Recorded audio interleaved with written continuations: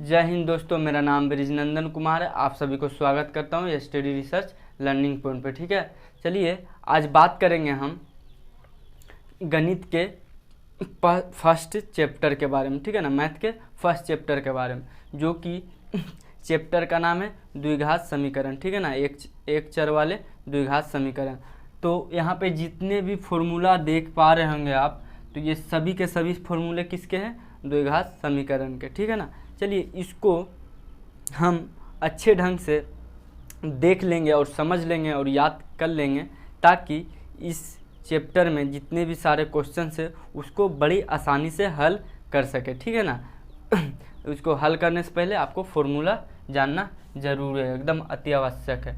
तो चलिए देख लेते हैं पहला द्विघात समीकरण बोलते किसको। ठीक है ना, उसका डिफिनेशन को लिखा है, यदि एक चल राशि समीकरण के चल राशि का सर्वोच्च घात 2 हो तो उस समीकरण को द्विघात समीकरण कहते हैं। कहने का मतलब है कोई भी जो समीकरण है उसका सबसे ज़्यादा जो मान होता है, सर्वोच्च मान 2 हो तो वो द्विघात समीकरण कहलाएगा। यदि द्विघात मतलब दो, घात मतलब पावर। ठीक है ना, इसको पावर किसको बोलते हैं? जैसे 10 का पावर 1 हो गया, 10 का पावर 2, 10 का पावर 3, 10 का पावर 4, तो इसी को क्या बोलते हैं? घात बोलते हैं। ठीक है ना, तो जिसका घात 2 हो, 2 से अधिक भी हो, अगर 2 से अधिक हो गया तो वो द्विघात समीकरण नहीं होगा। ठीक है ना, 2 से कम भी नहीं होगा, 2 से ज़्यादा भी नहीं होगा, उसी को क्या बोलेंगे? द्विघात समीकरण। ठीक है ना, उसका घात का मान कितना हो, पावर कितना हो, 2 होना चाहिए। ठीक है, उसका बाद ax square plus b x plus c बराबर 0। यहाँ देखिए a not equal to 0। a not equal to 0 का मतलब हुआ कि a जो है ये 0 के बराबर नहीं है। ठीक है ना, मतलब जो a का मान रहेगा वो 0 नहीं होगा। ठीक है ना, 0 के बराबर नहीं रहेगा। ठीक है ना, वही ए बी और c एक अचल राशि है। c एक कॉन्सोनेंट है, मतलब अचल राशि है। ठीक है ना, मतलब स्थिर है। चल का मतलब क्या होता है? चलना। अचल का मतलब ना चलना। ठीक है ना, मतलब अचल है, स्थिर है। ठीक है ना, स्थिर, ना चलना मतलब स्थिर है। यहाँ c स्थिर है या द्विघात समीकरण का मानक रूप कहलाता है। मानक रूप का मतलब यही इसका पहचान कराता है कि द्विघात समीकरण है। ठीक है ना, चलिए तीसरे बारे में देख लेते हैं। यह x द्विघात पद है जहाँ a x का गुणांक, ये जो x स्क्वायर है इसका गुणांक क्या है? यहाँ पे a है। ठीक है ना, इसका गुणांक क्या है? a है। उसी तरह bx है, तो यहाँ x जो ये b है, b किसका? x का गुणांक है। ठीक है ना, b गुणांक x का है। उसी तरह से फिर ये x फिर एक x है, तो x ये c का गुणांक हो जाएगा। ठीक है ना, यहाँ पे देखिए लिखना भूल गए होंगे, c का गुणांक x होगा। ठीक है, अब देखते हैं द्विघात समीकरण जब ऐसा रहे तो देखिए द्विघात समीकरण 2 मूल में निकलते हैं। ठीक है ना, एक अल्फा एक बीटा, मतलब 2 मूल में 2 रूप से हल किए जाते हैं। एक बार माइनस आएगा, प्लस आएगा, एक बार दोनों में प्लस भी आ सकता है। ठीक है ना, उस तरह तो देख लेते हैं। यदि as square plus b x plus c बराबर 0 हो तो ये देखिए, ये सूत्र याद रखिएगा हमेशा। ठीक है ना, ये बहुत महत्वपूर्ण सूत्र है जिसका नाम है श्रीधर आचार्य। ठीक है ना, श्रीधर आचार्य का सूत्र है। ठीक है ना, हमारे ही भारत के है। कब ये सूत्र दिए थे? 1750 ईसा पूर्व में। ठीक है ना, तो ये श्रीधर आचार्य जी का सूत्र है। ठीक है ना, इसको आपको याद रखना है। x बराबर क्या हो जाएगा? -b plus minus root over B square minus 4ac बटे 2a। ठीक है ना, ये बता दूंगा कि यहाँ a क्या है, b कहाँ है, c का है। जो अभी यहाँ पे देख रहे थे, इसका बोल रहे थे ना, मूल होता है जो 1 2, तो ये हो गया गुणनखंड की विधि में। इसको श्रीधर आचार्य के विधि में जब बनाएंगे तो यहाँ पे देखिएगा सबका मान रहेगा, यही इसको क्या बोल रहे थे? गुणांक। अभी बोल रहे थे ना कि ये गुणांक है। ठीक है ना, b का x का, ये जो c एक अचल राशि है, तो यही जो गुणांक रहेगा वो गुणांक का यहाँ पे मान बैठाएंगे। जैसे मान लेते हैं a बराबर यहाँ 7 है, b बराबर 3 है, c बराबर 2 है। ठीक है ना। तो यही अगर जब ये फॉर्मूला लगाएंगे तो ये फॉर्मूला इसी तरह से लगाएंगे, x बराबर -b+1 √b² -4ac/2 है। तो ये देखिए फॉर्मूला b का मान कितना है 3 है, ठीक है ना। फिर प्लस माइनस, फिर ये b का मान कितना है, b का मान 3 है तो 3 का स्क्वायर कर देंगे, फिर -4, a का मान 7 गुना रहेगा, फिर c का मान 2, उसी प्रकार फिर a गुना a का मान कितना है 7।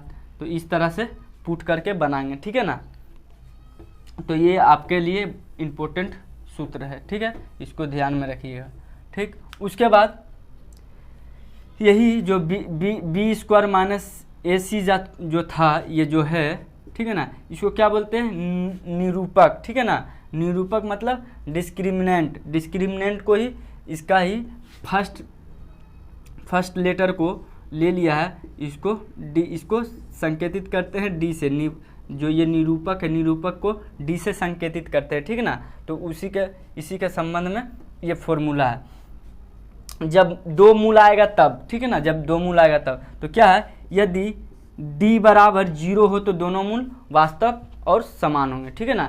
D का बराबर जब 0 होगा तब, यानी D का बराबर मतलब क्या होगा, D का बराबर हो गया ये b² - 4ac। अगर इसका बराबर 0 रहेगा तो क्या हो जाएगा, दोनों मूल जो पहला मूल और दूसरा मूल है वो दोनों क्या होगा, वास्तव और समान हो जाएगा, ठीक है ना। उसके बाद फिर 2 नंबर देख लेते हैं, यदि D बड़ा हो 0 से, अर्थात कहने का मतलब है कि अगर D का जो मान है वो धनात्मक मतलब पॉजिटिव रहेगा तो क्या हो जाएगा, वास्तव और असमान, ठीक है ना। फिर उसी तरह ये भी अगर D यहाँ पे छोटा रहेगा और ये 0 बड़ा हो जाएगा, मतलब कहने का मतलब होगा ये D माइनस रहेगा, नेगेटिव रहेगा तो क्या हो जाएगा, दोनों मूल वास्तव नहीं होंगे, ठीक है ना, दोनों मूल वास्तव नहीं होंगे। उसके बाद ये देख लिए। अब उसके बाद देख लेते हैं मूल और समीकरण के गुणांक का बीच का संबंध।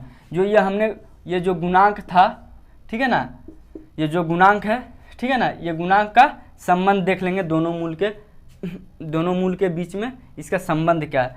संबंध है यदि द्विघात समीकरण रहेगा ये वाला तो ये इसका मूल का क्या करेंगे, यदि अल्फा और बीटा रहेगा तो, ठीक है ना, 2 मूल रहेंगे, जैसे ये मूल हो गया और एक मूल हो गया, ठीक है ना। तो क्या करेंगे, अल्फा बीटा रहेगा तो अल्फा प्लस बीटा मतलब अल्फा प्लस बीटा बराबर क्या हो जाएगा -b/a, ठीक है ना।